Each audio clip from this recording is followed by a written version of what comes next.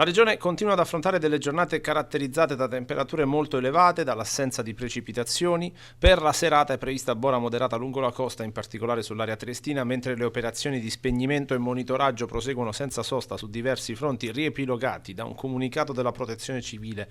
L'area più critica resta la provincia di Udine, dove si concentrano i focolai ancora attivi sul Monte Amariana ad Amaro, con le linee elettriche disattivate per sicurezza e la strada regionale 125 temporaneamente chiusa. Sul Monte Cozzarella chiusa forte, dove operano un elicottero regionale, il Canadair Can 12 e 3 aerei antincendio sloveni in cooperazione transfrontaliera, anche poi a Forni di Sotto. In provincia di Pordenone, a Tramonti di Mezzo, il fumo denso sta al momento ostacolando l'intervento dei mezzi aerei, mentre nel Goriziano il rogo sulla statale 55 a Doberdò del Lago è finalmente entrato in fase di bonifica. Tutti gli altri focolai censiti sul territorio regionale, inclusi quelli nel Triestino e nel Pordenonese, rimangono sotto costante e attento monitoraggio da parte delle squadre a terra anche in questi giorni torridi di Ferragosto.